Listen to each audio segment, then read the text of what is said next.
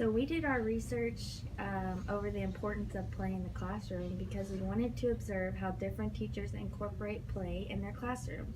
We asked 5 questions. Our first question was, how do you use play to assess students' development and learning? Our second question, how do you plan and implement play in your curriculum? And then the third one, how do you enhance learning and development through play? And then the fourth one, how do you facilitate reciprocal relationships through play? And the fifth one, how do you create a caring community of learners through play? So we asked a few different teachers with different grade levels to see the different ways for implementing play in the schools. And we found out that some teachers use similar techniques in their classroom when it comes to the importance of play. And we also found out that some teachers have different definitions of play based off their students in each classroom. It's really interesting, the perspectives of the teachers on play compared to how, we grew up, how we were taught, and then now how we're being taught how to teach. Mm-hmm. So there were actually a few of the teachers who thought that play was strictly just for outside, like recess play. They didn't know they could implement it in their classroom. Yeah, and some of them thought that the play in the classroom was learning centers, not actually playing with toys and stuff. So what is play?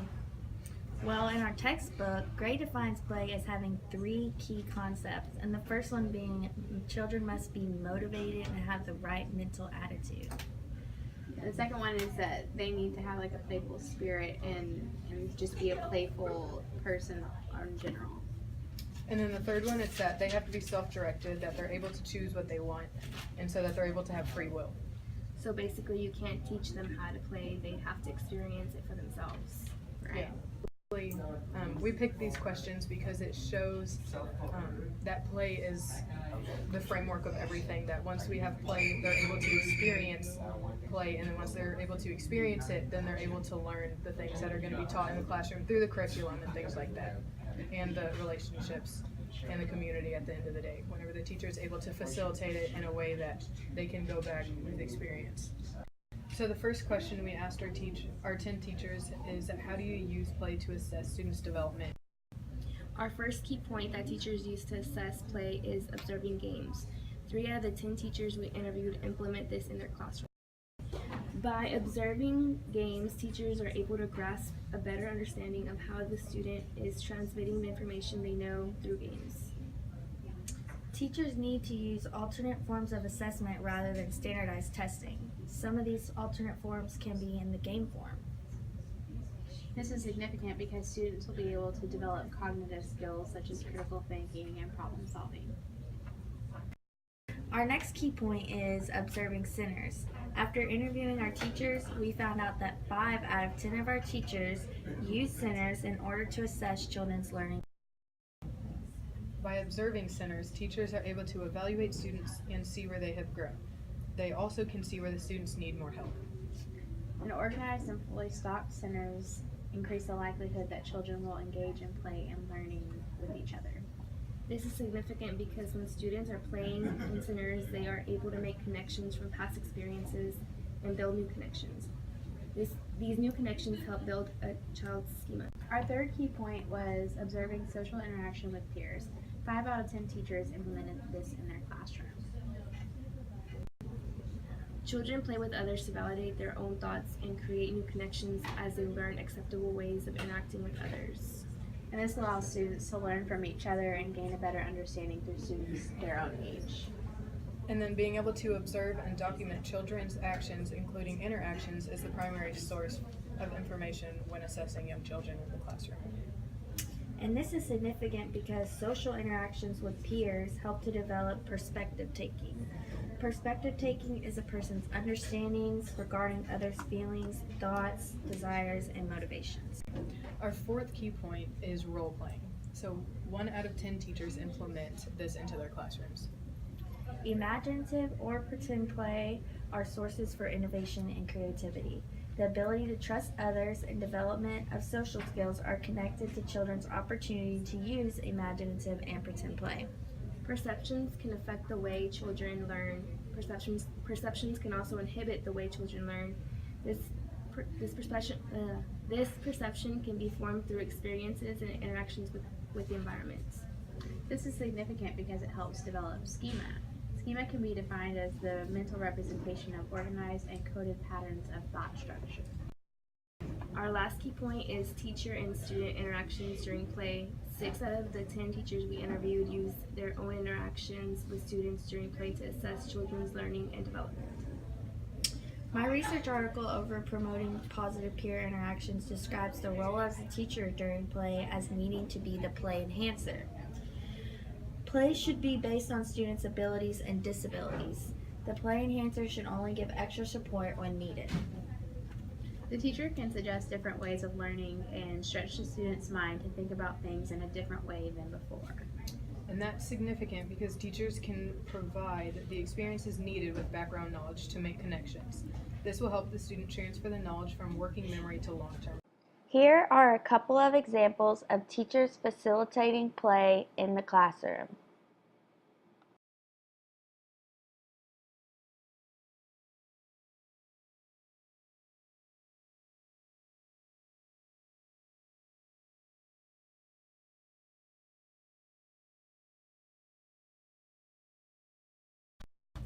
So the second question we asked our teachers was, how do you plan and implement play in your curriculum?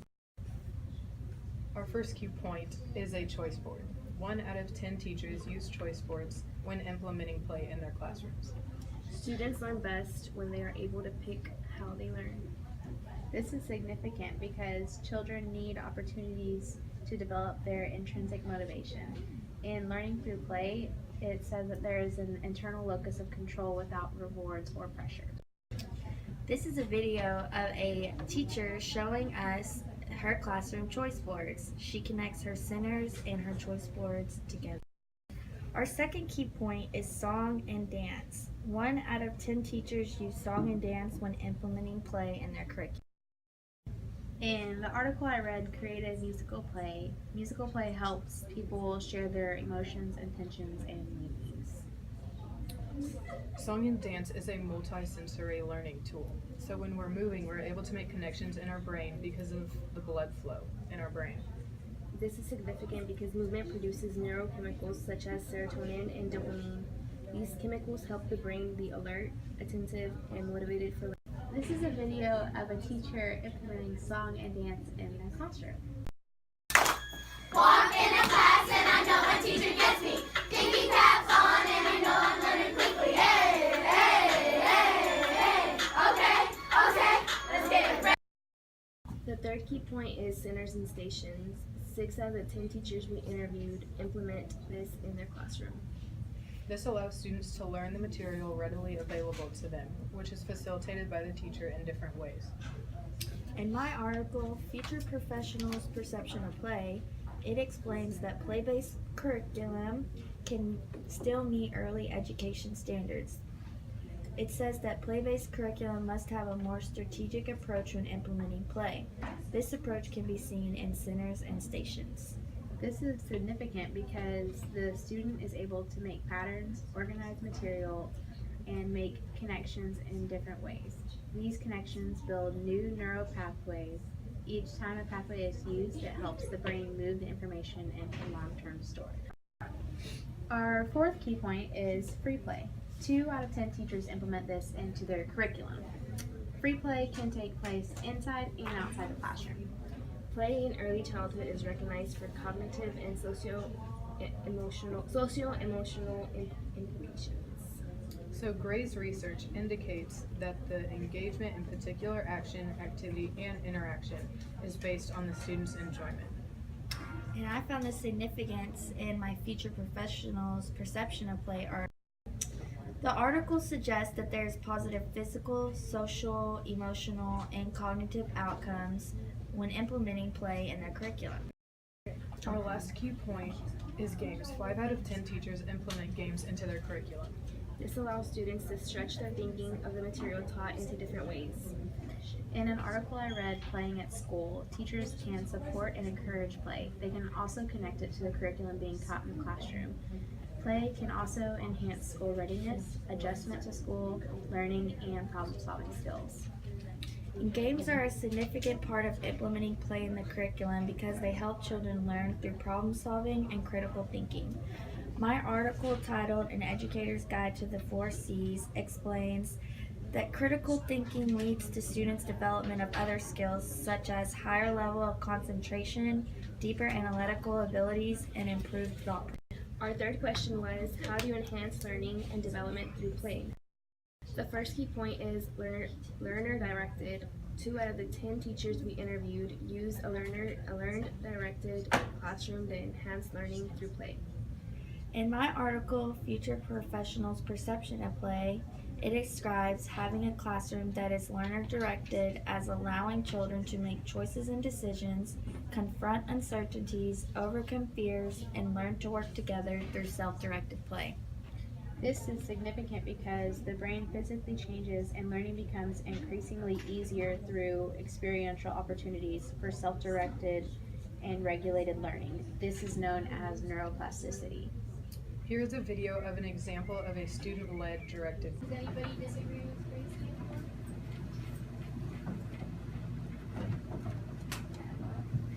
I disagree because they could just cut up the measuring tapes, like, because the people who put the jug thing on this. Our second key point for enhancing learning and development through play is centers and stations. 3 out of 10 teachers said they use centers and stations to enhance learning and development through play. Centers allow for learning to happen through sensory exploration and experiences. In Learning Through Play, it explains that children learn not what they are told, but what they do and understand. Therefore, those who do the work do the learning. This is significant because it allows students to make connections in the brain with activities. Our third key point is maintaining engagement and making learning fun. 6 out of 10 teachers use this technique. This allows students to find a purpose or usefulness, which in turn encourages intrinsic motivation when confronted with learning distractions. As children play, they display personal beliefs and traits that mirror their experiences. Children receive additional information and validation from their playmates and adults. Children are therefore motivated to learn. Maintaining engagement is significant for children's learning and development because it allows for motivation to kick in. Motivation is the emotional factor that influences the amount of time a child devotes to learning. Our fourth key point is manipulatives, which allows learning through experiences. 3 out of 10 teachers implement this into their classrooms. Students learn best with visual and physical objects. They will not understand until they have experienced it on their own. The manipulation of objects fosters brain development beyond the development of fine and gross motor skills. Research indicates that there is a correlation between innovative, complex problem solving and previous experiences in the manipulation of objects. This is significant because by using manipulatives, they can use integrated thought, sensory motor concepts, meaning within the cerebral cortex. Here is an example of how students use manipulatives. Using colored tiles, the students generate their own growing patterns based on a rule. Is that one growing? See where? Our next key point for enhancing learning and development through play is having a safe and comfortable environment. 2 out of 10 teachers said that they use a safe and comfortable environment to enhance learning and development through play. When students are comfortable in the classroom, it allows students to open up and allow themselves to focus on their education. When students feel safe in the classroom, they are more likely to participate, which will help them learn. This is significant because it protects from fight or flight response and allows the limbic system to maintain a state of well-being. Our fourth question we ask teachers is, how do you facilitate reciprocal relationships through play? The first key point is open door policy. 4 out of 10 teachers implement this into their classroom. In my article, Helping Children Play and Learn Together, it has been discovered that higher frequencies of parental participation with children in preschool and kindergarten resulted in higher reading achievement, lower rates of grade retention, fewer years in special education, The open door policy allows for supportive, shared responsibility, shared goals, and will acknowledge parental choices and goals. This is significant because an open door policy with students' families helps the perception of children when deciding what a healthy adult relationship. Our second key point is the teacher-parent relationship. 6 out of 10 teachers have these relationships in their classroom. In my article, Assessment in Early Childhood Education, Threats and Challenges to Effective Assessment of Immigrant Children, it states that parents collaborate by sharing information with early childhood teachers and other professionals during assessment to provide a better picture of what the child is able to and what she is not able to do. Teachers work with parents to develop a child's learning goals, making home visits, sharing a sense of responsibility for children's growth and development, creating season celebrations, providing parent education opportunities, and striving for consistency between the home and school environments. This is significant because parent-teacher relationships may contribute to the parent's motivational beliefs that can positively impact the child's social behavior. Our third key point for facilitating reciprocal relationships through play is student-to-student relationships. 5 out of 10 teachers said that they use student-to-student relationships to facilitate reciprocal relationships through play. In the article, Development of Peer Relationships in Inclusive Early Childhood Setting says, "Will you be my friend?" This is an often heard request among young children in early childhood classrooms. Having a friend is an important issue for young children, and they like to receive an affirmative response. In my article, Creative Musical Play, it states that learning requires social and emotional tools.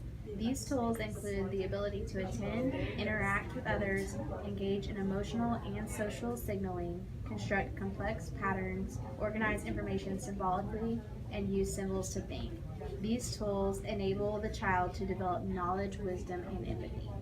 This is significant because in my article, Helping Children Play and Learn Together, it states research shows that when students do not have positive relationships with their peers, they suffer from anxiety.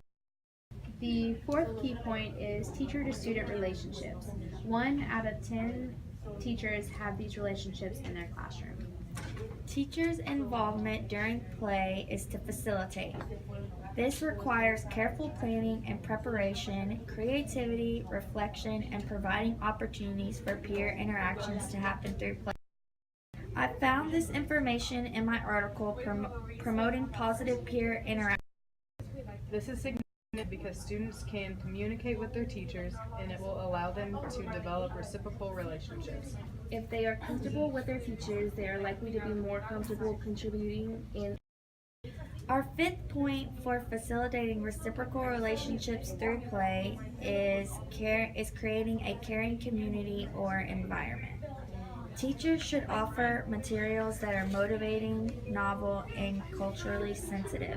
Only 1 out of 10 teachers say that they created a caring community/environment for facilitating reciprocal relationships. In my article, Helping Children Play and Learn, it states that teachers should select materials relevant to children's needs, interests, and lives, and to also include materials and activities that promote social interaction. In my article, The State of Play in Australia says that social network analysis acknowledges the strong social and professional networks that characterize the social space of early childhood educators. This is significant because when children can communicate and share their feelings with others, it allows them to develop the affective emotions portion of the brain. This part controls the passion created to continue to process the sensory recognition into the strategic reasoning thinking. It is why we want to. Good morning, Karen. Good morning, Angel. Good morning, Danalis. I think before any learning can take place, the students really need to feel safe, feel like they're seen, and feel like they're cared about. The impact. Our last question that we asked our teachers is, how do you create a caring community of learners through play? Our first key point is having a no judgment zone classroom family.